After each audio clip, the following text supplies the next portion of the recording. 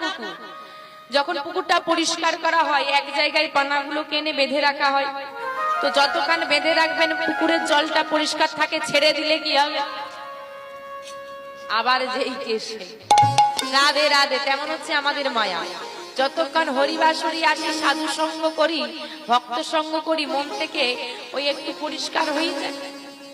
যেই আবার সংসারে ফিরে গেলাম আবার যেই কেসে হরিবাসরে মনে মনে চিন্তা করি, না না বাবা, অনেক সময় কেটেছে, এত করে সবাই বলছে নাম করতে, রোজ করব, মনে হয় না রোজ করব। কিন্তু যেই না ঘরে ঢুকে গেলাম, তোর বাবা সময় নেই। এই যে সাধু সঙ্গ, এই যে বা হরিবাসরে বসা, এটাও একটা সাধু সঙ্গ, তাই না? এই যে সবাই একত্রিত হয়ে বসেছি, জানেন এই হরিবাসরে একটা জিনিস খুব ভালো লাগে।